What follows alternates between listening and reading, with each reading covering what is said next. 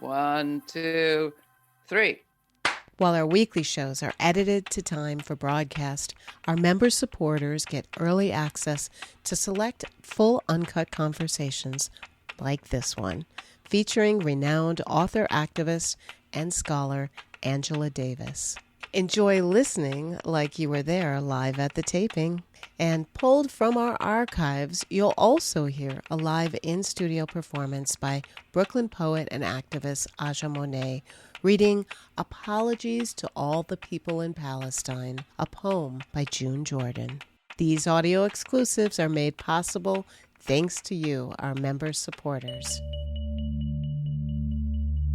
A few weeks back, we invited our viewers and listeners to share their burning questions for today's guest. From the many questions we received, a pretty clear theme emerged. People, at least in our audience, are feeling frazzled, distracted, slightly panicked, and torn. With so many urgent crises tugging at our hearts, from war to climate to discontent, extremism, and violence at home, people want to know how to set priorities and do the right thing, especially as that relates to building a better world and to an election in this country that seems both problematic and the most important of our time. Angela Davis, it seems to me, is the perfect person to answer that question. Professor Emerita of History of Consciousness and Feminist Studies at the University of California, Santa Cruz, in her writing, lecturing, and many decades of activism, Davis has developed a unique ability to pull competing struggles into a single story, a story of systems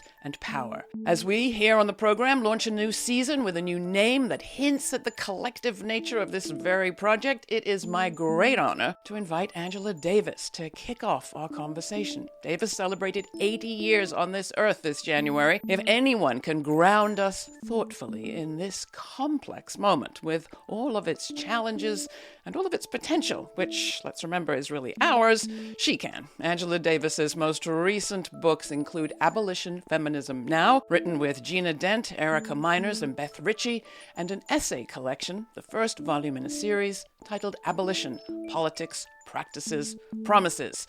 She is the super synthesizer, not to mention survivor. Angela Davis, I am so happy to have you on the program. We've kind of known each other a little for a long time, but I think this is the first time we're talking on camera, is it? Well, we've done interviews on radio. We've done conversations, audio conversations, but I think this may be the very first time on camera, yes. And it's wonderful to see you, Laura. You too, Angela. And I have to just start, as I've taken to starting every conversation, with just a kind of grounding question of, how's your heart? What's topmost of your mind and your heart these days as we begin this talk? Well, of course, given that I've been doing work around Palestine virtually all my life, what is happening in Gaza at this moment tears it at my heart. And I think I would also say, though, I'm very excited to see support for Palestine emerging in places one would have never sought to seek that support before. All over the country, people are rising up, they're demonstrating. Every time I give a talk and mention Palestine, people come up to me and thank me for mentioning a subject which oftentimes is subject to censorship and even self-censorship in their communities. So I'm torn. I'm very sad. I don't think the violence that we witness every day is necessary. It should cease right now. And on the other hand, I'm happy to see so many young people joining this struggle, which has such a long and difficult history. It is very different from even 10 years ago, when one would mention Palestine on a program or you in a talk. The reaction was very distinct from today. Then it was very much the kind of shutdown. Today it's an engagement. What do you think is contributing, apart from the horror, to the differences you're seeing today, both here and internationally, globally? Well, as someone who has always attempted to ground my ideas and my perspectives in collective activist work, I would say that the ongoing solidarity work, the work that I've participated in for decades, is finally beginning to show its results. It's, oftentimes when we do this work around any issue related to liberation, we never know really whether we will be able to witness the consequences of this work. And we don't do it for that reason. We do it for posterity. We do it in order to guarantee that there will be new generations attempting to build a better world. But I should say, as someone who, as you pointed out, just marked my 80th year on this earth, I'm so thankful that I've lived long enough to witness some of the results of the collective work that has been done by so many people all around the world. It's as if there was something waiting to burst into action that perhaps wasn't so visible. And nowhere, it seems to me, are you more acutely aware of that sort of undertow than in the Black feminist movement. I think of June Jordan, whom we both knew and loved, and how she wrote in the 80s about being born Black and becoming Palestinian. A sentiment for which she was roundly criticized. On my desk. I have it back here somewhere. I mean, she paid a real price for that, it seems to me. But a conversation has grown to fruition almost. Would you say? Where are you seeing it and how? Oh, absolutely. The very first request that I received to speak out on the horrendous situation in Gaza came from a radical Black feminist group. And I have encountered so many people, so many young women, so many young Black women who talk about the fact that their heart right now is in Gaza, is in Palestine. And I always think about June during those moments, and I always wish that she were here to be able to witness the results of the work that she pioneered more than anyone else. I was born a Black woman, but now I am become Palestinian. As we think about, and I share that wish that she was here to see this, and to speak and talk on at this moment, because you never could have guessed what June would say, and you couldn't predict what she'd be saying now. You are writing in this book of essays a lot about your evolution, and while you don't go back into your real youth, it did make me think about you, how many years you've lived through and how much you've lived through. And I wondered, as I think too about, I try to think myself, imagine myself into life in Gaza today. When you were growing up in Birmingham, there were explosions. Do you remember that? Do you think about that as you think about those kids, especially in Gaza today? Well, the sound of dynamite exploding is actually one of my earliest memories. It's an oral memory, and I think about it all the time. And I also think about the fact that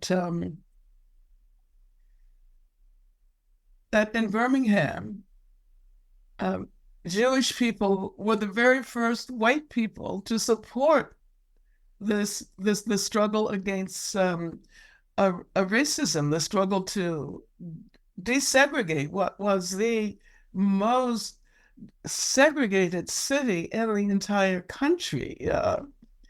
And I've tried to sort of hold those memories together so that they're not about conflict. And as a matter of fact, I'm so excited that here in the US and in other parts of the world, it's actually Jewish people, young Jewish people, who are in the forefront of the struggle against Zionism. Those memories are still foremost in my mind. And thank you for reminding me. As you think about those protests, and we've interviewed folks from JVP and others, and some have talked about their inspiration in their relatives, their ancestors who were part of the civil rights movement. I look at all the people in the streets and I wonder what is the impact. And I'd love your thoughts on this, because it sometimes has begun to feel to me as if we have an impermeable state. More people in protest and action than I've ever seen. And yet we still, at this moment of this recording, the most powerful people in this country still stand firm against even ceasefire. So what do you see things that way? And if you do, how do you think about this moment and perhaps this election? We're constantly being directed to think about the election as if it was the only thing to think about in this moment. And yet it surely cuts off a lot of conversation about other things. Well, I think we're beginning to recognize that elections are not at the heart of democracy, the kind of democracy that we would like to see, as they have been portrayed as constituting the very essence of democracy. And I know that for many years, many of us have not voted for the candidates we would like to see, but rather we've voted against candidates we do not want to see in office. And so I feel very torn. I feel very sad about this election. I feel that for so many years we've talked about elections, and I think we were correct as actually not being about who should lead the country, but rather being about what candidate would most likely help to broaden the terrain of struggle so that masses of people, people who are willing to put their lives on the line, their ideas, people. This is how change happens in this country, when vast numbers of people come together and defend a vision of the future that they would like to see. This is how change happens. It doesn't happen because we elect a particular person to office. This is the full Uncut Conversation with Laura Flanders and renowned author, activist, and scholar Angela Davis. A collection of Davis's most influential essays was recently released by Haymarket Books titled Abolition, Politics, Practices, Promises. More on that next. Well, that gets to your book. I mean, one of the essays in here, in this first volume, and I look forward to all the others, Abolition, Politics, Practices, Promises, out now from good folks at Haymarket, is the essay Prison, a Sign of U.S. Democracy, in which you write that our incarceration system, our prison system, is the quintessential democratic institution. And because I think people aren't familiar as they need to be in thinking this way, I'm going to ask you to explain. What do you mean by that? What's that connection? You suggest it's kind of a con job. Yeah, well, there are many ways to see the connection between the penitentiary in the U.S. and the rise of what is represented as the first democracy in the world. But I would say, and I try to put forth an analysis in that article, but I would say that just as during slavery, people were aware of the fact that they were free because they were not slaves. They were not enslaved. The institution of the prison has always served as a way to remind us who is and is not free. I am free, quote unquote, because I am not in prison. It's a kind of negative affirmation of the status of freedom. But it also reminds us that the democracy that we have been told to support is a capitalist democracy. It is a democracy that is not so much about the people who inhabit a particular space controlling collectively their own destiny. It is about, who has property, who has affluence, who has influence. And as a matter of fact, the prison as an institution emerges precisely at the same moment as the American Revolution, U.S. democracy. And that democracy of rights only affected a small minority of people. We all tend to assume that democracy is about all of the people collectively controlling the destiny of the country, but it was really only about men. It was only about white men. It was only about white affluent men. They were the only ones who were able to vote. And that indeed is about a democracy of the minority, which, ought to be a contradiction in terms. So I think it's really important to look at the institution of the prison in the way in which it serves as the proof of rights or no rights. As a matter of fact, if one thinks about the fact that the very nature of punishment provided by the prison is divestment of rights. And this is the way in which it serves as a kind of, negative evidence of who is free and who is not. The nature of the punishment is supposed to be precisely the divestment of rights. And it is only possible within the context of a society that has accorded those rights.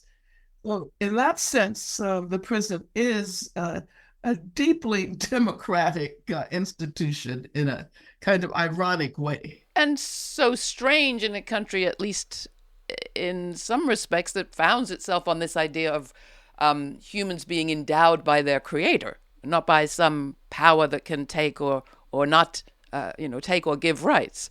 You also write that the prison enables us as a people and as a state, the state specifically, to avoid engaging with the problems, the real problems that we face. And clearly, we are really failing to engage at this moment. And as prison has grown, welfare provision, social provision has declined. It's been written about. Do you think we're at a turning point? I mean, is this version of democracy, capitalist democracy, as you describe it, ready for a redo? Are we ready? And what might that look like? What might the democracy that we need look like, do you think? Well, I think that over the last period, we've seen evidence that increasing numbers of people are deeply dissatisfied with the kind of democracy, quote unquote, that we supposedly inhabit. And I go back a few years ago to the summer of 2020 when we experienced the largest uprisings ever before in the history of this country, when when people came out and said no to racism, said no to racist violence, to racist police violence. And, because we tend to be we tend to be afflicted with historical amnesia in this country. So much so that 4 years ago, 3.5 years ago, seems like it was a millennium ago. And I think that what we experienced in the midst of this terrible pandemic, when more people went out into the streets and stood up and demonstrated, when more white people than ever before in the history of this country said no to racism, was revolutionary. And I think that all of the sort of counter-revolution, I use the term counter-revolutionary efforts, not because I think we had a revolution, but because there was the potential for a revolution. And all of the attacks against education, critical race theory, Black history, and all of that is designed to eradicate the potential that was events during that period. And I always like to point out that when people went out into the streets and demonstrated, we had no idea how the COVID virus was transmitted. And so if you think about it, they made themselves part of this collective upsurge, uprising at the possible expense of their own lives. So I don't think we should ever forget that. The other thing that happened in that time, it seems to me, I think about those demonstrations, and that it was a lateral movement of people in the streets looking after each other, not, of course, relying on police or anyone else to look after each other, caring as best they could around COVID. And that lateral mutual aid, assistance, caring, celebrating, people make fun of it, but I liked the fact that people applauded the first, applauded the emergency workers, applauded the health workers. We should do it more often. There was a sense that people were stepping into a role in their lives in relation to other people that they'd been kind of leaving to, they'd been leaving to government or to private services or to for hire of one kind or another. And so when people say this election is a repeat of the last one, I think it can't possibly be. but can it? I mean, we've been changed. Haven't we been changed? Well, I think we've been fundamentally changed. But there are those who don't want us to recognize the extent to which we have been changed. And there are those who want to either continue a business as usual or to return to the old ways of thinking and imagining and recognizing what is possible in the world. I mean, I don't think that's ever really possible. Counter-revolution always desires to turn back the clock of history, but that's not really possible in the way in which they assume it is. But I think it will require effort on the part of those who want to see progress. We have to continually remind ourselves that we are actually really powerful. If we were not, we would not have all of these efforts to change school curricula, to prevent young people from getting a sense of the meaning of Black history, to recognize Black history not only as the history of Black people, but the history of the most important struggle for democracy in this country. Which takes me back to abolition, which in your book you say takes you back to Palestine. It does seem to me that the abolition lens changes a lot of things. And you've written about that, talked about that. With respect to democracy, with respect to the moment that we're in, what does it change? And how was your own thinking around abolition and incarceration and policing affected by your work and understanding around Palestine? Well, okay. First, I think since we are talking about abolition and democracy, I'll also evoke Du Bois here to go back and seek lessons from the history of the first abolitionist movement, when Du Bois pointed out that it was not so much a question of getting rid of the institution of slavery, although it was about that. But that in and of itself would not manage to root out the ways in which slavery had infected every aspect of U.S. society. So that the assumption that you could simply pronounce slavery as no longer legally viable, that was just the very beginning. The rest of the process, which would have involved looking at all of the ways in which slavery had negatively affected every institution in the society, and to reorganize the society in such a way that would make it possible for formerly enslaved people to be incorporated on a basis of equality. Now, Palestine, I think, one of the reasons Black people have identified so deeply with Palestine is because in both instances, there have been protracted struggles. In both instances, it has been necessary to imagine beyond what appears to be possibility. And I think that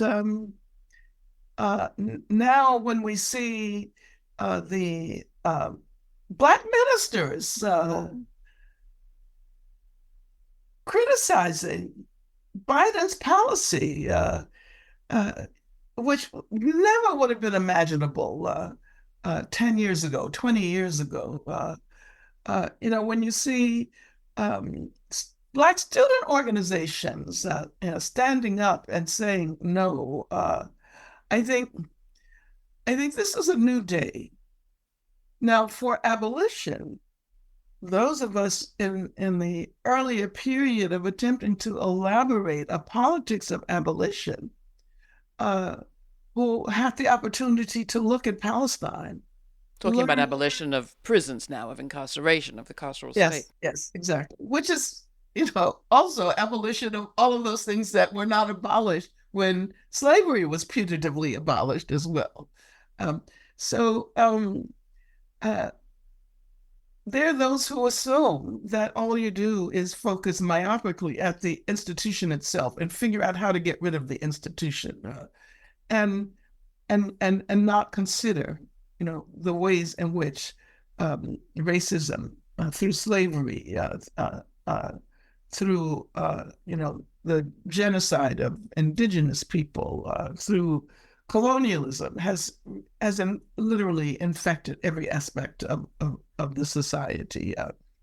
Now, I can remember during my visit to Palestine in 2011, it became so apparent that we had to look at the whole, that we couldn't look myopically at specific institutions, because the carcerality that we saw in Palestine, literally everywhere, the restriction of movement, the many checkpoints, all of these were linked to the fact that Palestinians have been more consistently imprisoned in institutions, in the institution of the prison as well, but the carcerality follows them into their daily lives. So it would never have been enough to simply call for the release of all prisoners, or all political prisoners, although that was an important demand.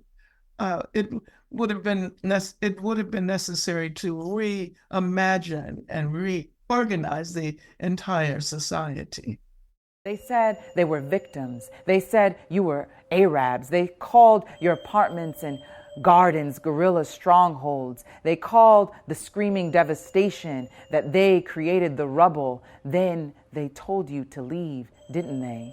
Didn't you read the leaflets that they dropped from their hotshot fighter jets? They told you to go. 135,000 Palestinians in Beirut. And why didn't you take the hint?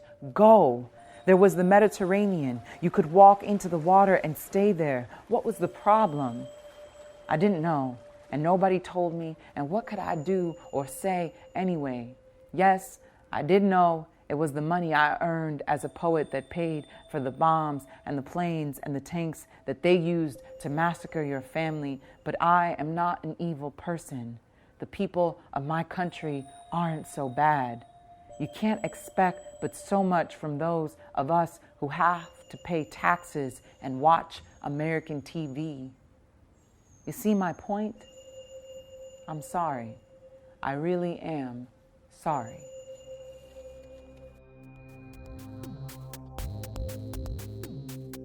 That was a live in-studio performance by Brooklyn poet and activist Aja Monet reading June Jordan's poem, Apologies to All the People in Palestine. For the inaugural season of Laura Flanders and Friends, we invited our members to share questions they have for Angela Davis. You'll hear some of those next. These audio exclusives are made possible thanks to our member supporters. Please consider donating during our May Day fund drive. Our goal is to raise $25,000, the cost of producing one episode for TV, radio, and as a podcast. And if you are a monthly supporter, please consider upping your monthly contribution by going to patreon.com/Laura Flanders and Friends. That's Laura Flanders and Friends. This creative thinking and imagining of something different is at the heart of, I think, all of our projects. And I think about the role of the arts and culture in that respect. And some of our questions actually that we received from viewers and listeners had to do with what role can culture play? Does it play? And I'd love you to sort of weigh in on who and what do you think is changing things out there in the cultural world, enabling us to do the kind of imagining you describe? Well, I've always been one to value the parts that art and culture play in moving us forward in a progressive, radical political direction. And as someone who gets to write and speak a lot, I always tell people that that's not going to change people's minds and hearts. Of course, that level of engagement is important, but it's only art that can reach into people's hearts and allow them to feel what we have often not yet figured out how to articulate in our usual language. And I'm so excited to have lived through a period in which the argument was art is not about politics. Art is always art for art's sake. And the racist implications that are there. But I think now we're in a different moment, and so many artists are recognizing the meaning of their participation, the fact that they can do what no one else is able to do in terms of urging people to feel differently and it's a kind of knowledge. Often aesthetics has been presented as another way to apprehend, to perceive, not that does not produce knowledge. But I think ultimately it does produce the knowledge that we need. Now, I don't know if you ever get any of the royalties, but images of you are out there in the culture more than ever, it seems to me. The Black Panther movement with which you're associated is visualized, graphically represented in lots of ways today. Some of our viewers and listeners wanted to ask you about that. What are the lessons of that moment, and what do you think the leaders of then would think of the leaders of now? To which I would also add, what do you think of people looking back with that kind of longing for if only, which I also imagine you hear a lot? Yeah, and I always like to point out that nostalgia, it may produce a warm feeling, but it doesn't give us the insight that we need to move forward. Because when one looks at that era, there were so many problems. I'm someone who was shaped by that period, and I wouldn't be who I am now if I had not been involved in the struggles of that era. But there was so much. The ideas were very masculinist. There was so much homophobia. There was always a sense of the kind of internationalism that we need. We had no sense of how to incorporate the struggle for a healthier planet, environmentalism. That wasn't. So there's so many issues that have emerged since then. And I would say actually on the basis of those struggles. So rather than desiring to return, I think we should, look forward with the vision that has resulted from those struggles that were sometimes, not very successful. I often say, we felt that we were on the verge of a revolution, and I'm actually glad that we didn't win the revolution at that time, because there were so many issues that will continue to plague us. We didn't know how to talk about issues of gender and sexuality. The trans movement that has been so key to learning how to challenge those things that are a part of our normal environment. And those things that we take for granted. Oftentimes the revolution is in what we might consider the small things, the things that we never question. And so, yeah. No, I love that. And people, somebody asked about small things. I think about, well, you and Jane Fonda both are models of doing this work over decades. And doing this work, I have to say, there's a lot of people afraid of political violence today, and of adjusting their strategies and tactics around elections for fear of violence. And I look at the two of you and say, it's hard to think of two people that have been more vilified and probably received more threats than the two of you. And here you are. So I just wonder, do you have some words for those who are feeling scared, for example, about knocking on doors this election or getting involved in political work this year of any kind?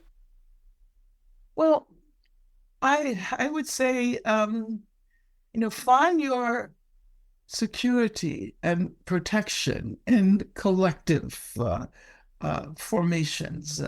Don't think of yourself as an individual, going out to do this work because you feel in your heart that this is what you have to do, but imagine yourself as a part of a larger collective. And I think that Jane has done that for many, many years. I met Jane Fonda in 1970, I think, and we picket lines together. And have been involved in a whole number of campaigns, and that creates a sense of oneself, not as a lone individual who can certainly be cut down very easily, but as a part of a larger collective that that spans many countries, the entire planet. And I would also like to say, because we were talking about the state earlier, I think that an abolitionist perspective not only urges one to imagine punishment, issues of punishment differently, to imagine the work that the prison does differently, but it also calls upon us to think deeply about the state, because we always take the state for granted. We'll talk more about that. I was just in Idaho and talked with people who said that they believe the state, in effect, has no meaning for them anymore. It is unmovable, unresponsive, non-caring. It has lost its magnetism, was the language one guest of ours used. And that has both kind of clarifying aspects and frightening ones, as people find other allegiances instead of that. How do you think about it? What do we need as an alternative, and how do you address this moment where it does feel as if we need to reinvent, recreate? Well, I would, first of all say that there's a kind of similarity of the prison and the state in the ways in which they are perpetuated through ideology. In both instances, they are represented as permanent, as always exist. Oftentimes people think of both of these institutions as having always existed in the past, and therefore they will always exist in the future. But in both instances, these institutions are products of history. The prison only came into being in the late 1700s, early 1800s. The state is a product of the bourgeois revolutions. It's a product of capitalism. And if we can't try to imagine other modes of human community, if we assume that the state will always be the most perfect mode of human community, then that means that we assume that all of the repressive apparatuses which constitute the state, armies, prisons, police, will be the foremost in our communities. And so we're asking, abolitionists ask us to try to imagine new ways of coming together that do not require violence, that do not require racism, that do not require patriarchy. I'm sure there's somebody, informed person in our audience right now, who's saying, but Angela Davis is a communist. She was a member of the Communist Party. Communists believe in big state, don't they? Well, not really. As a matter of fact, we'll remember that Marx himself talked about the withering away of the state, when the state no longer played a role that was more than administrative, and certainly not the purveyor of violence. But I think it's important to draw from the past, but also to imagine different ways of coming together in the future. And I think that what we've been witnessing in Gaza, what we've been witnessing with all of the police, racist police violence, is that we need a way that does not rely on violence. One of those artists imagining the future is Ai Weiwei. Laura and I sat down for a recent episode and discussed how we keep the doors of our minds open to possibilities. We are not encourage people to have a free thinking and judgment. To ask questions is the starting points to seeking for the truth and to find out who we are. The episode is available by going to YouTube or subscribing to the podcast wherever you get your podcasts. If you're subscribed via Apple Podcasts, please take a moment to leave a review. That full conversation we'll be giving our members early access to next. These audio exclusives are made possible thanks to you, our members. While we're imagining, and I think there's a lot of imagining and creativity going on in this moment of crisis and opportunity, you've said it, it's important to think of the small things and of the contributions that people make over centuries. And I just wonder who you look to as your sort of ancestors and ancestors' teachings. And I also wonder about teaching, and this is maybe a different question, but I interviewed a few years before she died Esther Cooper Jackson, who was somebody you probably knew from early days in Birmingham, an organizer and activist who worked with the Burnham family, who you also know. And she talked about when her mother sent her off to college, she told her, "You're not getting an education for yourself. You're getting an education for your people." And she was suggested to me as an interview subject by Letitia James, the New York Attorney General, who's just taken on Donald Trump to great effect. I don't know exactly what their relationship was, but I know that Tish James appreciated what she'd learned from Miss Jackson. And I wonder who you look to and think to and what ancestral teachings, if you like, you embrace and employ today.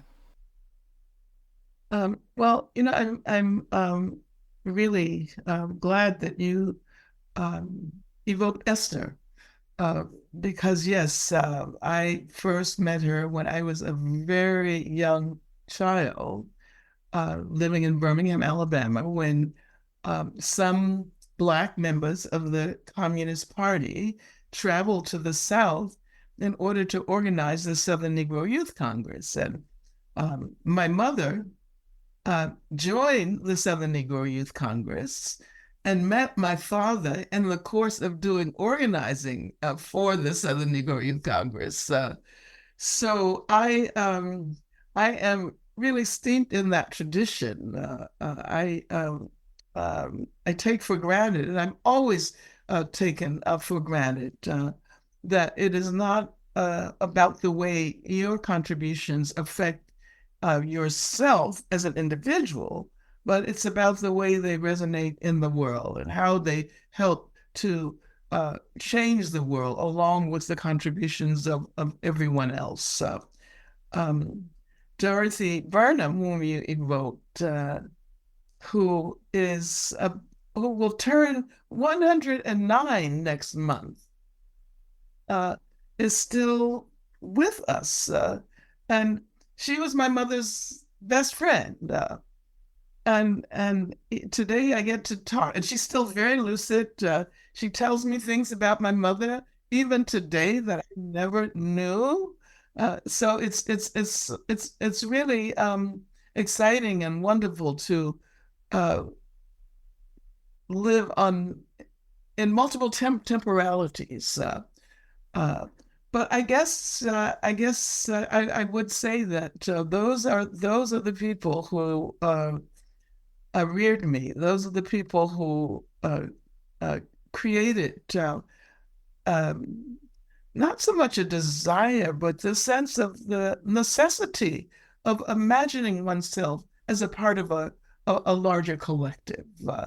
I've always done that. I do that now, and I'm so excited to, as I said earlier in the program, to have lived long enough to be able to stand with those who see themselves as marching in the same tradition as Dorothy and Esther and so many others did. I think Esther passed away at 105, maybe? Something like that? 105, yes. So there's something to be said for radical activism, it seems to me, to keep you young and healthy. Well, that's true. It's notable, and we're coming close to our close, but it's notable in these times, going back to Gaza and Palestine for a moment, how representatives of formerly colonized nations are in the forefront of calling for justice for Palestine. I'm thinking of South Africa, Algeria, even Ireland, Brazil, of course.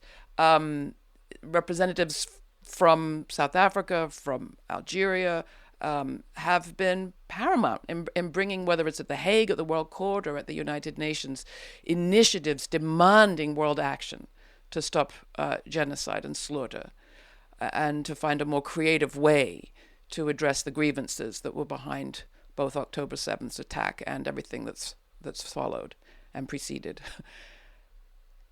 That gives me a lot of hope and makes me think we have different players on the world stage today than we did when the creation of the State of Israel happened, that we did, when you were born or even I was born. That said, it's not enough just to sit back and let history happen, as Dr. King reminded us.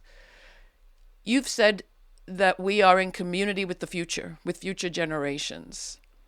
And you've talked a bit about it. But how do you think of your role today, in this moment?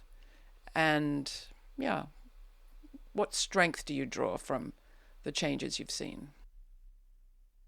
Well, I draw an enormous amount of strength. I don't so much see myself as a leader. I see myself as walking down a path that has been created by generations, including the younger generation today. I see myself as marching behind, those who are at the forefront. Young people are always at the forefront of change.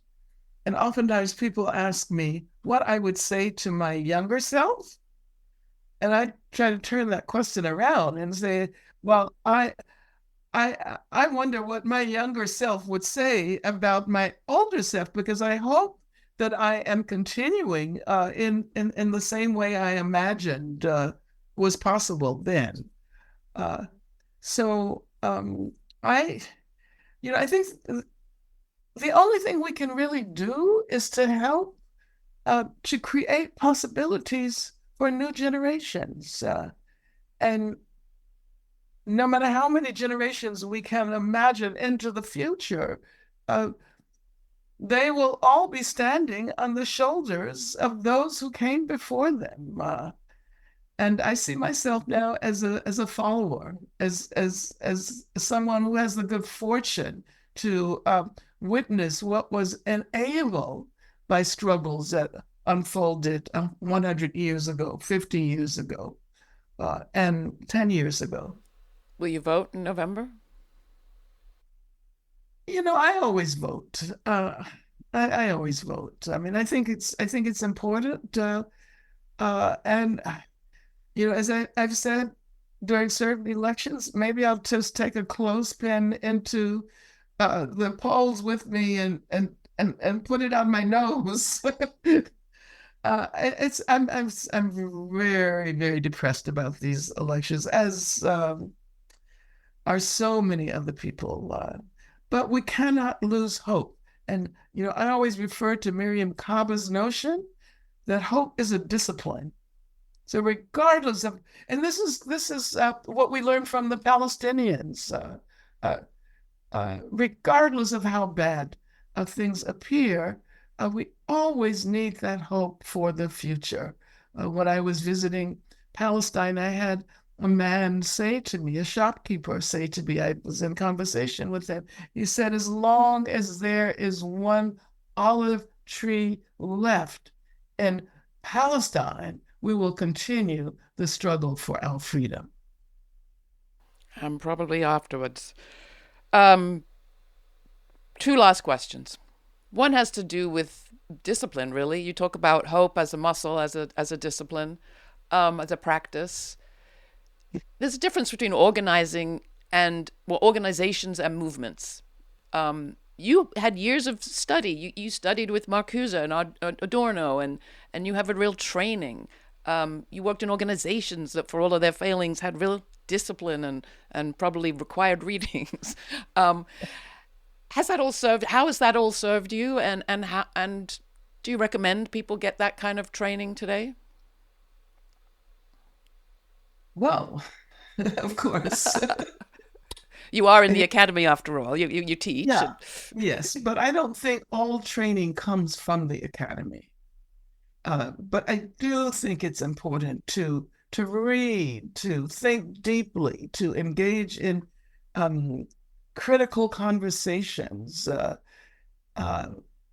For those who choose academic work, use that opportunity to delve deeply into the issues that we need to understand if we're going to imagine and generate a new world. For those who are not so inclined, knowledge emerges in different venues. It's not necessary to have an academic education in order to participate in the generation of new knowledge. But wherever one finds oneself, think deeply, engage in serious conversations, because we have only begun to understand what is going to be required in order to transform life on this planet. Well, I thank you for your work, and I thank you for your surviving, and I thank you for opening up so many systemic questions at a time when so much of our public discourse tends towards the occlusion, the cutting things off, the narrowing and channeling. It has been enormously helpful to have your writings and your speakings opening that frame up. And as we close, I always ask our guests what they think the story will be that the future tells of this moment. We've been talking a little bit about that relationship between past, present, and future. But what do you think, looking ahead, will be the story the future tells of now? Well, I could only say that I hope the future unfolds in such a way as to be able to look back and grasp the contributions of vast numbers of people who aren't even considered as history makers today. I think that we have learned that history is transformed not by great individuals, not so much by, and names are important, but I think the real changes come when people, vast numbers of people, working class people, poor people, come together and consolidate a vision of the future. I hope that it is a future that knows how to recognize how change happens. I love it. Angela Davis, thanks so much for spending this time with us. It's been a pleasure having you on the show. Thank you, Laura.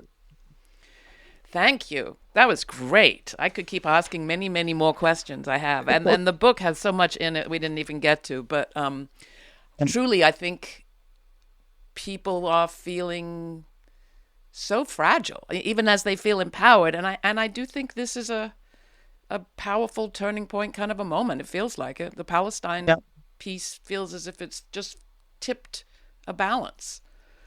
Yes. No going back from that. Absolutely. But, we have to learn how to feel, different emotions simultaneously. I like what Audre Lorde said, that we can be afraid and still accomplish, what we need to. We don't have to allow fear to immobilize us. And I think, especially since there have been so many charges of anti-Semitism, that's a very important message right now. It does seem as if Black women are at the center of so much of what is happening. I didn't get to ask you a question about that, but if you have a thought, I look at Kamala Harris, I look at Letitia James, Claudine Gay. If Black feminism was important ever, it seems particularly important that we understand the intersections of racism and sexism and homophobia right now. And how vulnerable that is. I would say, and also not just in this country, but, we look at Brazil and the parts that Black women have played in guaranteeing that the country continues in a progressive direction. Lula would not have been reelected had not been for all of the work of the Black women and Black feminists in Brazil. And trans leaders there too. Yes, exactly. So we will let you go, but this was great. Thank you so much. Elizabeth Stances always say, yes, we're afraid, but it's a detail. Exactly. That's great. I love that. So great seeing you, You Laura. too.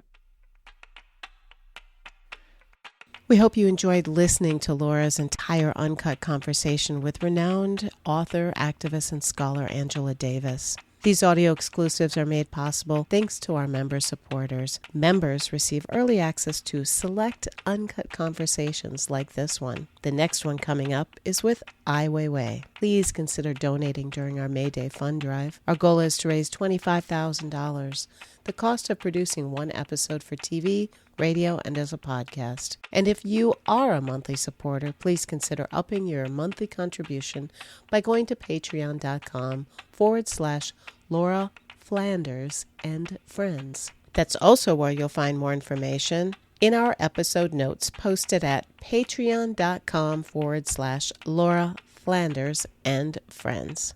Thanks for listening.